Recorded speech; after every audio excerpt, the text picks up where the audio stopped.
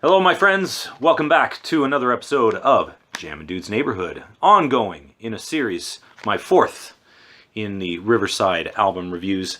This week, after a week's worth of spins in the car and at work, I just sat down and had a completely immersive experience in listening to Rapid Eye Movement. Had to drink it in. Wasn't as familiar with this one. This was one of, I think, three albums that I had to purchase last minute for the purpose of this series. Although I was familiar with Beyond the Eyelids, Panic Room, and The Ultimate Trip from a mixed CD that my friend had given me initially to turn me on to Riverside. Thank you, Scotty, once again. Hearing the whole album in context was quite an experience. Hearing songs like, now I've come to realize, hearing back from people that Rainbow Box is a big fan favorite among some. I really enjoyed this album. Of course, Beyond the Eyelids is a great intro. One of the things that I noticed first and foremost, though, upon experiencing the entire album, is that while Out of Myself begins the trilogy with a lot of mellowness and it's calm, and ends on kind of a unsure note, but for the most part tends to maintain a sense of positivity about this upcoming search. And then Second Life Syndrome, we start to experience the actual change. But this still maintains some sense of positivity, even though it gets heavier, certainly heavier than Out of Myself. Everything culminates in Rapid Eye Movement because you get darker moments and the quieter moments, like what we had with Out of Myself. We get some of the heavier moments, like what we had with Second Life Syndrome. But unlike the first two, we get an entire album that is actually very unsettling. The positive, the hope that exists on the first two albums kind of dwindles. Kind of a bummer way to end a trilogy, but the music really speaks for itself. Beyond the Eyelids is just an amazing opener for the album, where, again, our central character, and to be fair, I'm not exactly sure what happens on this album, so I can only make some fuzzy guesses here. It's obvious on Beyond the Eyelids. Oh, I just love the vocal harmonies that start this thing off. It's one of the more beautiful yet heavy songs that Riverside has done, which also leads me into the fact that I think that Second Life Syndrome, I noticed that Piot, who we're really focusing on through this, I came up with a new term. He's kind of like the Bob Ross of guitar players. He sits back and he paints. And he paints beautiful pictures. He can kind of just be... I've mentioned Gilmore before, but so many times his solos are just kind of... They're dancing around, they're painting. It's like, all those problems you got? They're birds now. They're just birds. And so I really...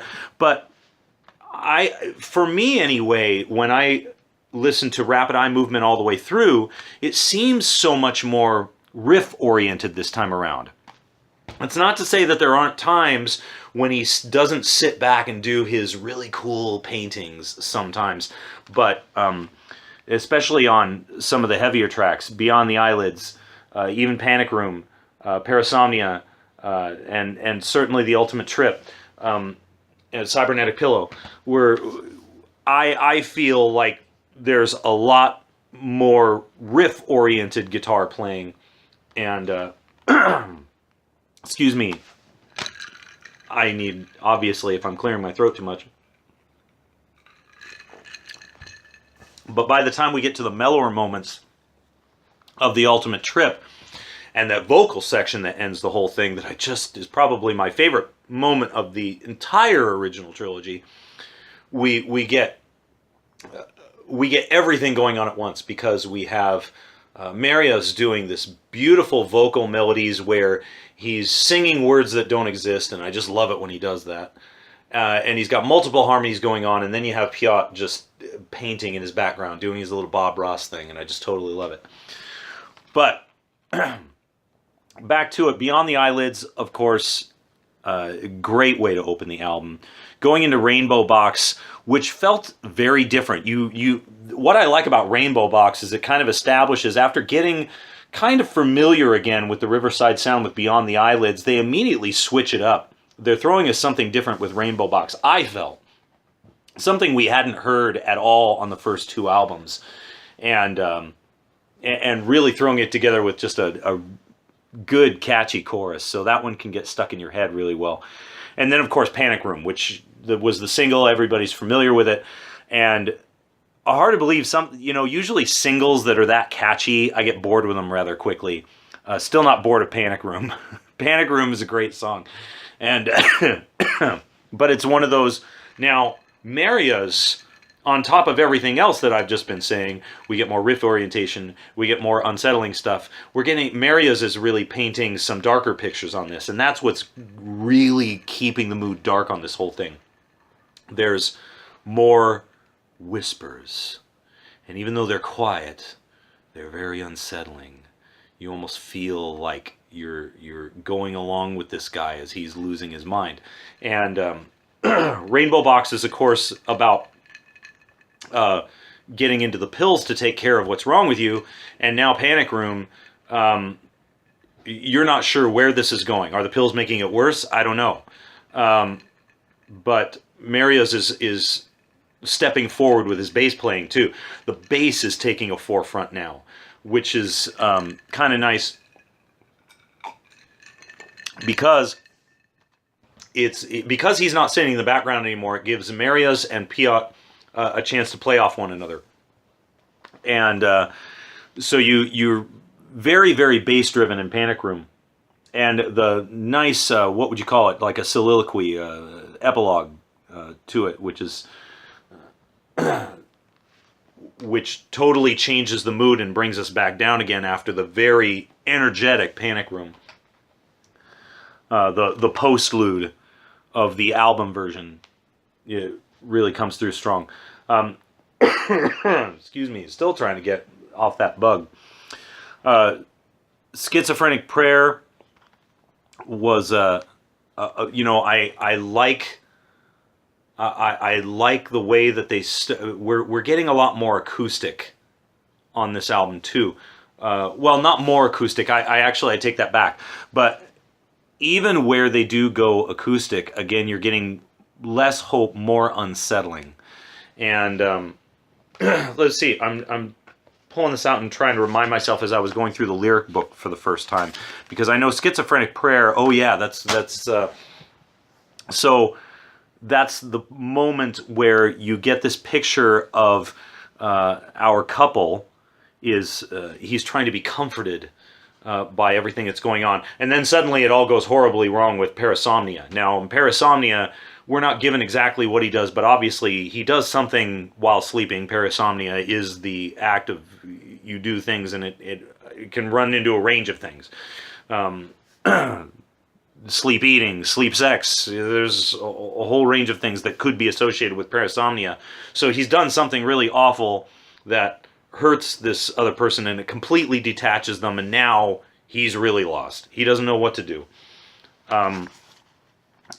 But a nice anchor to end the first half of the album on, and then we get more of the unknown in part two, because we get Through the Other Side, which I absolutely love. It's just so perfect that we start off the second half of the album with exactly just what I've been talking about. This unsettling, quiet. And then even just one of the things that I love, it's just a tiny little effect, but it's almost like a tap on a china cymbal or something. It's a very unusual cymbal, light gong, the thing, but it doesn't even, it just sounds like you've got this nice mellow piece going on, but it's talking about something very unsettling, and then you're getting this, this clash.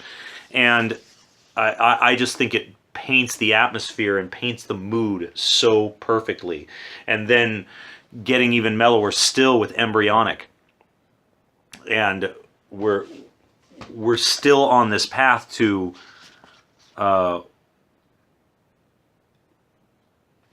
now trying to heal the relationship and not really knowing how to go about it. And I'm not even sure how, on what note this album's ending, because Cybernetic Pillow, still trying to piece everything back together, and you get that beautiful, now we're getting back into the energy, and it's starting to get, we've gone from this silent dark to now starting to get this aggravated darkness.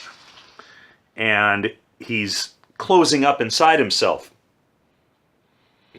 Excuse me, if this is only a dream, then I can feel no pain. That's almost scary when you hear somebody start to talk that way. Then he goes into the ultimate trip. Don't ask me to transcribe the ultimate trip other than to just say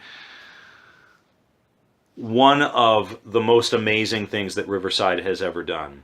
To have that long, extended intro, and then into this catchy groove that takes you into the middle portion of the song, and then everything starts to get mellow, and then there's those whisperings again, and it's all starting to get really creepy, and all of a sudden this doom thing starts building up and building up and building up until we get to that incredible vocal part which I was just talking about earlier, where Marius is painting with his whisperings and his harmonizing different vocal harmonies, and Piot's just going off on this beautiful soaring guitar Bob Ross thing, and it's I love the way that the ultimate trip ends.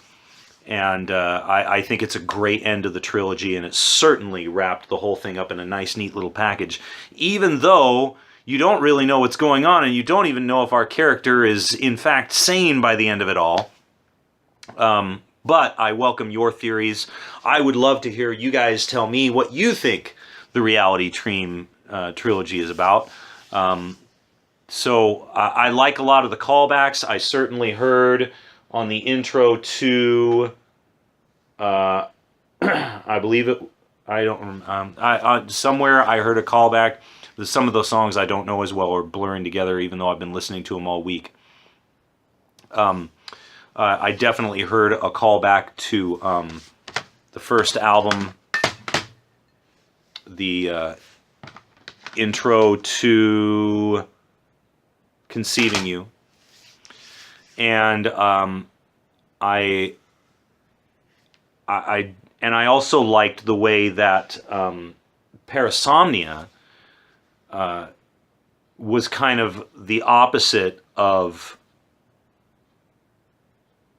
Dance in the Shadow from Second Life Syndrome, because on Second Life Syndrome he's open to new avenues, and now in Parasomnia he's trying to close it back in and get back to himself.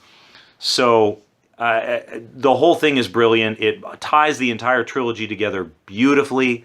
I love this album. It was a nice discovery for me too, considering I wasn't as familiar with this one. But next week we will be getting into an album I'm very familiar with, and probably the album that turned me into a Riverside fan, and that is ADHD. So we'll be doing that next week. Not going to get into the bonus tracks this time around, other than to say that the Shine On You Crazy Diamond callback on Beyond the River, very good, very well done, and beautifully set up too by their own composition. So thank you very much to everybody in Riverside for the wonderful music, and sorry this ran a little long, but I appreciate all your indulgences. I appreciate your patience, and I will try to keep the next one shorter, although I'll probably keep yakking for ADHD because I love that album. Anyway, thank you all very much for tuning in, and we will see you next week on Jammin' Dude's Neighborhood.